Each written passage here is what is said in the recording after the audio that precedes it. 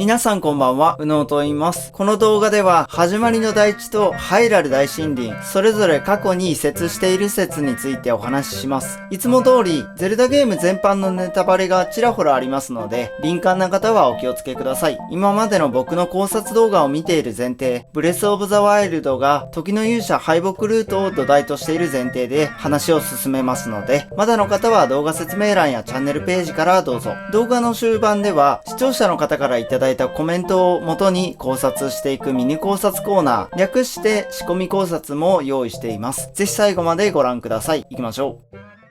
どういうわけか、ブレスオブザワイルドのハイラルには、長い時間が経つことによる地形の変化だけでは説明できないような場所がいくつかあって、かかりこ村の位置が過去作と違いすぎるのは、移り住んだみたいなことでいいんでしょうけど、他の世界線と混ざり合った世界だとしても、プロロ島と魚鳥村の位置の違いが説明しにくかったりとかですね。今のところは、トワイライトプリンセスに登場するポータルが関係しているのかなと考えてるって話は以前しましたよね。しかし僕はハイラル大森林や始まりの大地はそれらとはまた違った技術、きっかけで移動していると考えています。結論から言うと、始まりの大地はもともと今のハイラル町東隣あたりにあり、ハイラル大森林はもともと今のモルセコあたりにあったんじゃないかと考えました。僕の考えはとても単純で、そこまで深い考察にまでは至っていないのですが、ハイラル大森林や始まりの大地を見るに、時のオカリナの時代とブレスオブザワイルドの時代とでは、その2つの場所の位置がそれぞれ矛盾しているように思えるんです。小ネタから話していきますね。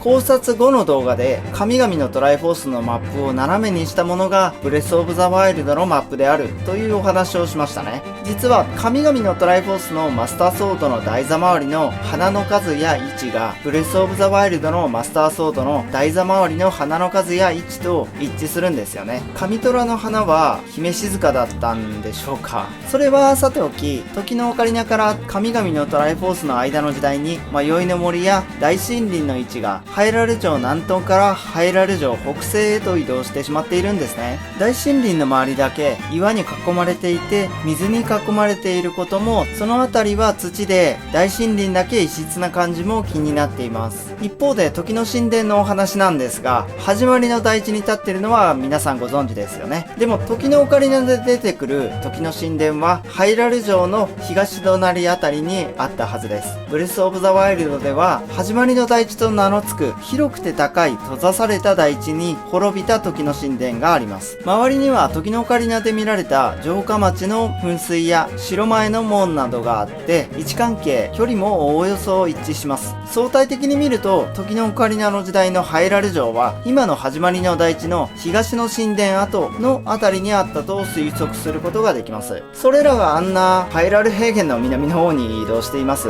これらはとても不思議なことなんですが、一つこれなんじゃないかという可能性を感じる出来事がハイラルの歴史では語られているんです。それが封印戦争という聖地をめぐっての戦いです。これは時の勇者敗北ルートだけに起こっている出来事で、時の勇者がガノンドロフに負けてしまったから残った奈良賢者で聖地を封印しましょうというものですね。ざっくりですみません。要するに敗北ルートだから起こりうる出来事なんです。ここからはかなり妄想が入っているので、あくまでエンターテインメントとして耳に入れてほしいです。まだしっかり固まっておらずざっくりで申し訳ないのですが、時のオカリナと神々のトライフォースの間の時代に聖地への入り口である時の神殿を守るためなのか何なのかはわかりませんが、始まりの大地を今の場所に移したんじゃないかと思っています。もともとは時の神殿の中にあるマスターソードの台座が聖地の入り口だったはずですが、違いましたっけ？もし間違っていたら教えてほしいです。それがブレスオブザワイルドのハイラルを見てみると、時の神殿とマスターソードの台座の2つに2箇所に分かれてしまっています。これはなぜでしょうか？僕は封印戦争の最中、時の神殿はすでに朽ちていて、聖地を隔離するときにあらかじめ今のコログの森のところにハイラル大森林を移転させて、その中に本命のマスターソード台座を移し、だいぶ後に時の神殿をいかにもこっちにありますよ的なミスリードを狙って旧ハイラル城を乗せたまま立派な塀も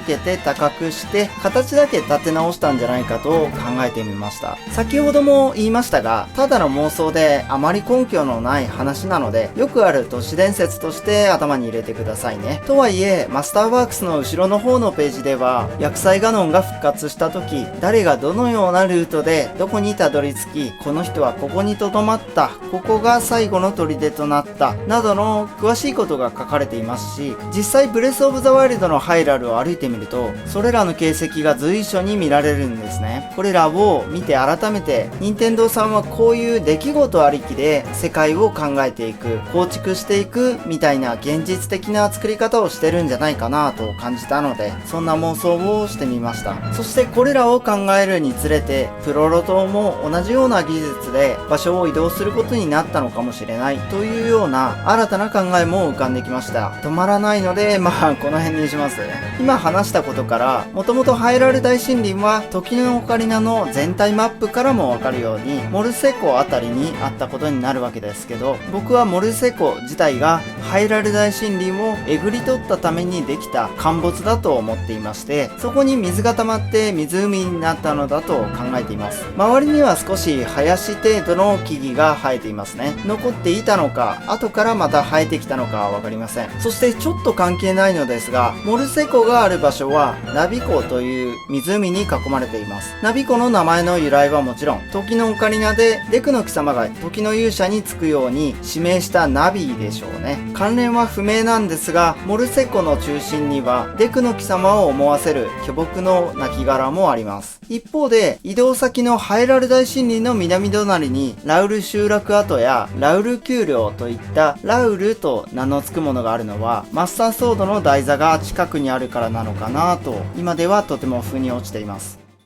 と、ここまで長々と話してきましたが、少し疑問が残ってはいるんですね。というのも、封印戦争の際に移動したという説を裏付けるために、敗北ルート以外では、その後どういう道を辿ったのか、ハイラル百科に載ってる地図を調べる必要があったんです。時の勇者勝利、大人時代ルートでは、というか実質風のタクトですね。このルートでは、ハイラル城の地下にマスターソードがあった。つまり、時の神殿の上に新たにハイラル城を建てたんでしょう。ここら辺風のタクトの記憶が曖昧なので、ブレワイ考察視点実況で HD 版の風のタクトをプレイする際に詳しく飲み込んでいきたいのですが、とにかく時のオカリナの時代から大きくは場所を移動していないんですね。問題は時の勇者勝利子供時代ルートでトワイライトプリンセスのことですね。マップを見てみると、ハイリア湖の南あたり、ブレスオブザワイルドでいうところのゾナウ遺跡群あたりになるんですかね。これらを見ると、時の勇者敗北ルートだけが聖地の入り口を移動しているわけではなさそうなので、封印戦争がきっかけとは考えにくいのかなという結論になりました。こんな残ない結果になってしまいましたが、真面目には考えてみました。でも、始まりの大地が動いてたり、ハイラル大森林が動いてたりっていうことは確かなんじゃないかなと思っています。皆さんはどう考えましたか？また、ここが間違ってるから、そもそもここが繋がらないんじゃないの？みたいなこともコメントでご指摘いただけると助かります。もう一つだけ分かってないなりにちょろっと話したいことがあります。雷の大地のことなんですが、ここも規模こそ小さいものの、始まりの大地と同じで周りの土地より高い位置にあって周囲を頑丈な素材で囲っています。この土地も1万年以上前にどこかから移動したんでしょうか？もしそうだとするならば、つなげるとするなら始まりの大地と同じ技術だと思うのですが、ゾナウの遺跡ですし、この土地を移動させる技術はゾナウ由来ということになるんでしょうかね。気になりますね。はい。それではここから視聴者の方からいただいたコメントを元に考察していくミニ考察コーナー、略して仕込み考察です。スカイウォードソード関連の2つのお話をします。行きましょう。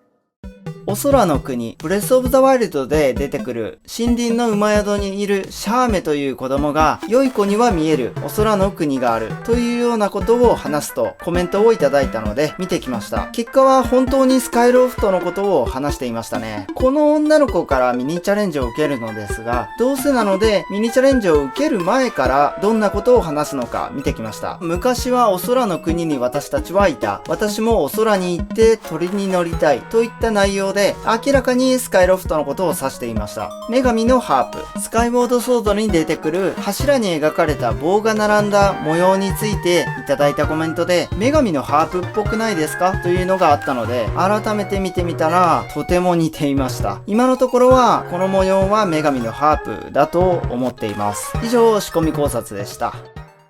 この動画を楽しめた方は2秒ほどお時間をいただき、高評価ボタンをポチッと押していただけると、今後の動画制作のモチベーションになりますので、よろしくお願いします。このチャンネルでは今回のようなブレスオブザワイルド続編に関する考察、ゾナウに関する考察、ブレスオブザワイルドの考察をするための他のゼルダゲームの実況動画などを投稿しています。まだの方はチャンネル登録をよろしくお願いします。長い動画にお付き合いいただきありがとうございました。